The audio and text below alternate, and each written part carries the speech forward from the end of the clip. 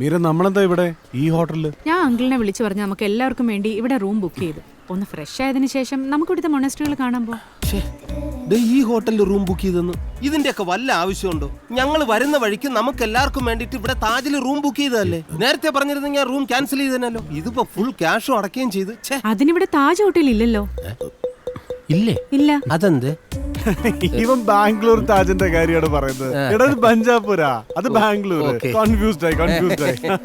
നമുക്കിത് കഴിഞ്ഞിട്ട് അവിടെ പോവാമേ. ബാംഗ്ലൂരാണ്. ഹലോ മലയാളീസ്, ഇതാര്? I Moideen, 80 years experience, travel field. Welcome to Banjapura, nice to meet you. Malayalam പോരെ മൊയ്തീനക്ക? അതോ ദേവൂട്ടി, ഇതെപ്പ ഇറങ്ങി ജയിലിന്ന്? Don't mistake me boys. ചെറിയൊരു കഞ്ചാവ് case, 1 year prison. Now no case, only tourism. പുള്ളിക്കാരിയുടെ കമ്പനിക്കാര് കൊള്ളാം. ഞാൻ പറഞ്ഞില്ലേ. മൊയ്തീനക്ക ഞങ്ങളുടെ വീട്ടിനടുത്തുള്ളതാ. കഞ്ചാവിനെ കല്യാണം കഴിച്ച മൊയ്തീന നാട്ടില് പറയാ. പക്ഷെ ഉപദ്രവം ഒന്നുമില്ല കേട്ടോ. താങ്ക് യു മോളെ. അപ്പോൾ ബഞ്ചാപുരയിൽ എന്താവശ്യം ഉണ്ടെങ്കിലും ജസ്റ്റ് കോൾ മൊയ്തീൻ, ഓക്കെ? അല്ല, ആ സാറിനെ ഞാൻ എവിടെയോ എന്നെയാ? ഇല്ലല്ലോ. അല്ല കണ്ടിട്ടുണ്ടോ? അത്രയ്ക്ക് ഇങ്ങോട്ട് മനസ്സിലായില്ല എന്ന് തോന്നുന്നു. ആധുനിക സാമ്പത്തിക ശാസ്ത്രത്തിൽ അതായിരുന്നു ഇവൻ. ശരി മൊയ്തീൻ, ഞങ്ങൾ വിളിക്കാം. Okay sister, my card this, any time call, okay? Okay ശരി മൊയ്തീൻ.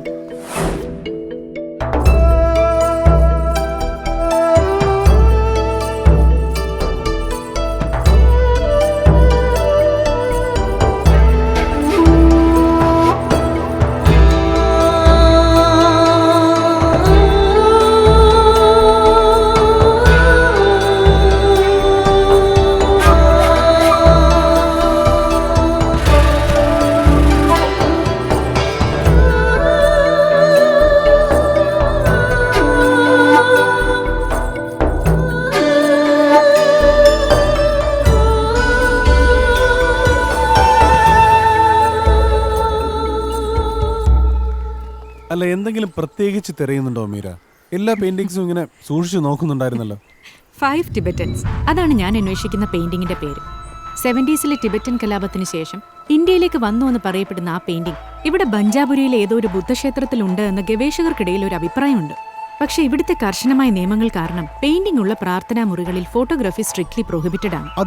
അതിവിടെ തന്നെ ഉണ്ടോ ഇല്ലയോ എന്ന് ഇതുവരെ ആരും സ്ഥിരീകരിച്ചിട്ടില്ല. ഈ മൊണാസ്ട്രിയിലെ മേലധികാരികളാകട്ടെ ഗവേഷകരുടെ ചോദ്യങ്ങളിൽ നിന്ന് ഒഴിഞ്ഞു നിൽക്കുകയും ചെയ്യുന്നു. 5 ടിബറ്റൻസ്, അതിന്റെ ഒരു ഫോട്ടോഗ്രാഫ് നമുക്ക് കിട്ടിയ എന്റെ ഈ റിസർച്ച് അത് ഇന്ത്യയിൽ തന്നെ ഒരു അത്ഭുതമായിരിക്കും. ഇവിടുന്ന് കിട്ടിയില്ലെങ്കിൽ ഇന്ത്യയിൽ വേറെ മൊണാസ്ട്രി ഉണ്ടല്ലോ, നമുക്ക് അവിടെ തപ്പാം. ഇവരുടെ ചെലവിൽ ഇന്ത്യ മുഴുവൻ കറങ്ങാടാ, പോലീസും പിടിക്കില്ല.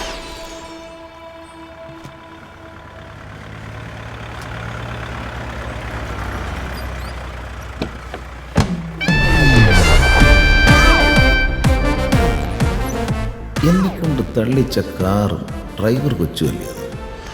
ഹലോ, നിങ്ങൾ ഇവിടെ എത്തിയോ? ഇപ്പൊ വണ്ടിക്ക് കുഴപ്പമൊന്നുമില്ലല്ലോ? ഓ ഇല്ല സർ. എല്ലാരും ഇവിടെ തന്നെയാണോ താമസം? അതെ സർ. നമ്മുടെ മീരാമാമനും 102 ഇപ്പൊ റൂമിൽ കാണൂ. ഇപ്പൊ ഷൂട്ടിങ്ങിന് പോയിരിക്കുക, കുറച്ച് കഴിയുമ്പോ വരും. ഓ ഓക്കെ, ഞാൻ കണ്ടോ. ശരി. നിങ്ങളെ കണ്ടാ വിടത്തില്ല അല്ലേ? അഞ്ചായിരം അടിച്ചോണ്ട് നിൽക്കാതെ ഒന്ന് വേഗം വാ സാറേ. ഇങ്ങനെ പോയാൽ അവന്മാർ ഇന്ത്യ വിടും.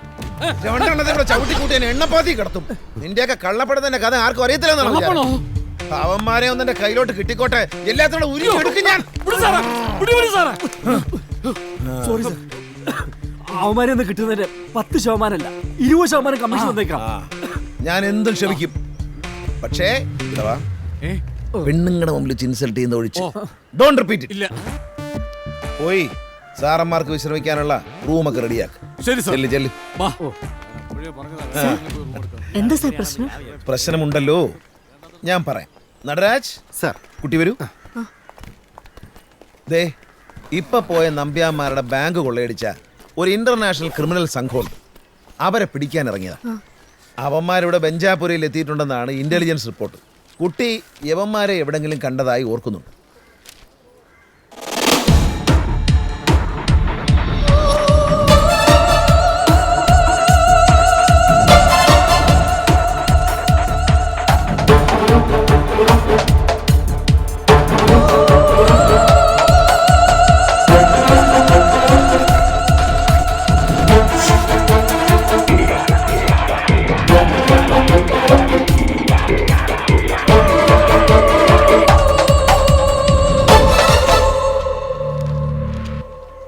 കണ്ടിട്ടുണ്ടോ? ഇവരെ അറിയോ? കമോൺ, അറിയാമോ? അറിയാം സർ. യെസ്. എവിടെയുണ്ട് ഇവര്? സർ, കുറച്ചു മുന്നേ ഇവര് സുന്ദിക്കോപ്പിലേക്കുള്ള വഴി ചോദിച്ചു ഇവിടെ വന്നിരുന്നു. ധൃതിയിൽ അങ്ങോട്ടേക്ക് പോകുന്നതും കണ്ടു.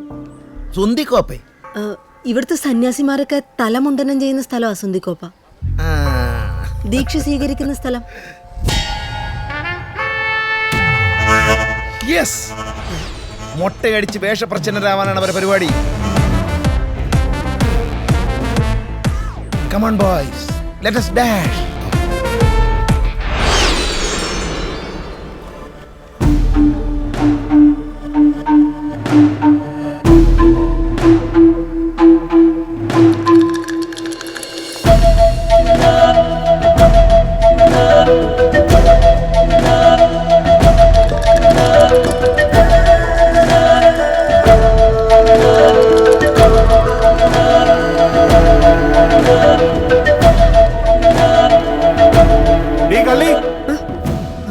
എന്നാ ഓടിച്ചോണ്ടോടുവാ?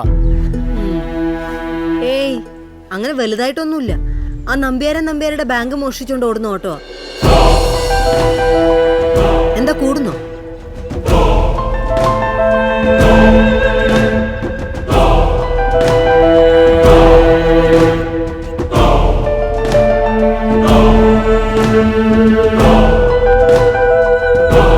ഇന്നലെ മുതൽ ഞാൻ ചോദിക്കണം എന്ന് വിചാരിക്കാം, ഞാൻ എന്ത് ചെയ്തിട്ടാ നിങ്ങൾ എന്നെ കള്ളിന്ന് വിളിക്കുന്നത്? അതിന് സ്വന്തം കള്ളത്തരം മറയ്ക്കാനാണോ ഇതൊക്കെ? ഇന്ന് സെപ്റ്റംബർ 21. 3 വർഷങ്ങൾക്ക് മുമ്പ് ഇതേ ദിവസമാണ് ഞാൻ ജീവിതത്തിൽ സ്നേഹിച്ചു തുടങ്ങിയ ആദ്യത്തെ പെൺകുട്ടി എന്നെയും ചതിച്ചിട്ട് ഓടിപ്പോയത്.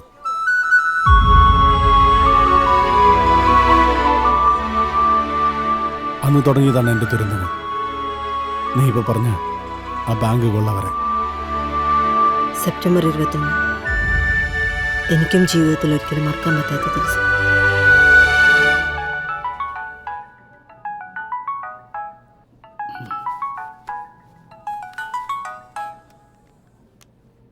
ഹലോ, അതെ. എപ്പോ? എങ്ങനെ? ഉണ്ട്, കൊടുക്കാം. ശരി, അങ്ങനെ പറയാം.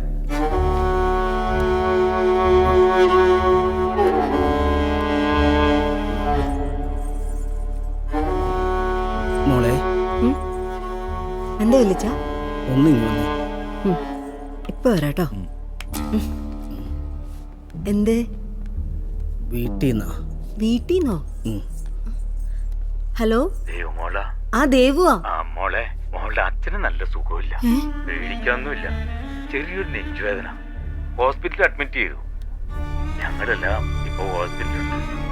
മോളൊരു കാര്യം, പെട്ടെന്ന് അച്ഛന് അസുഖം കൂടുതലായി എന്നാണ് ബാലമാമ പറഞ്ഞതെങ്കിലും അദ്ദേഹത്തിന്റെ ശബ്ദത്തിൽ നിന്ന് എനിക്ക് വായിച്ചെടുക്കാമായിരുന്നു ഇനി ഞങ്ങളോടൊപ്പം അച്ഛനില്ല എന്ന്.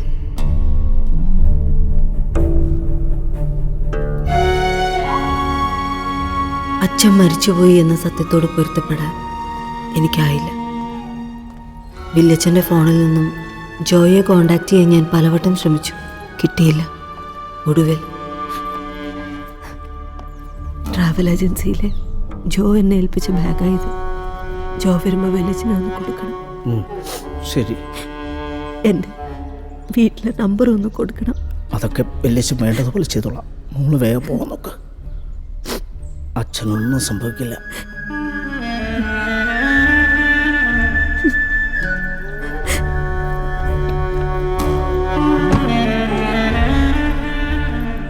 അച്ഛൻ്റെ മരണം, അതോടെ ഒരു കുടുംബം മുഴുവൻ നോക്കേണ്ട ബാധ്യത എന്നിലേക്കായി. ജോ എന്നെ ഏൽപ്പിച്ച ബാഗ് തിരികെ തന്നു എന്നാണ് വെല്ലിച്ചൻ എന്നോട് പറഞ്ഞത്. പിന്നെ എൻ്റെ വീട്ടിലെ നമ്പറും മേൽവിലാസവും. ജോ വിളിക്കാതെ ആയപ്പോൾ ഞാൻ കരുതി മറന്നു, അല്ലെങ്കിൽ ഒഴിവാക്കി. പിന്നെ മറ്റൊന്നും ആലോചിക്കാനുള്ള സമയം എനിക്കുണ്ടായില്ല. വീട്, അച്ഛമ്മ, അനിയത്തി, അച്ഛനുണ്ടാക്കി വെച്ച കടങ്ങൾ, അത് മാത്രമായി എൻ്റെ ജീവിതം.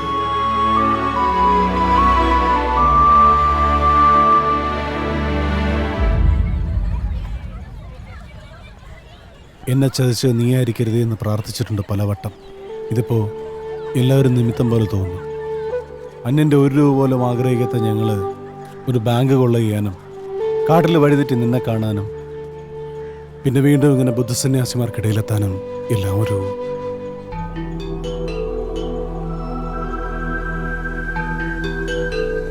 ജോ, നിങ്ങളെ തിരക്കി പോലീസ് ഇവിടെ എത്തിയിട്ടുണ്ട്.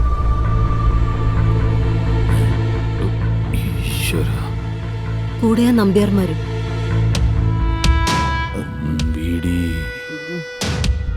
അവര് നിങ്ങളെ തിരിച്ചറിഞ്ഞു കഴിഞ്ഞു.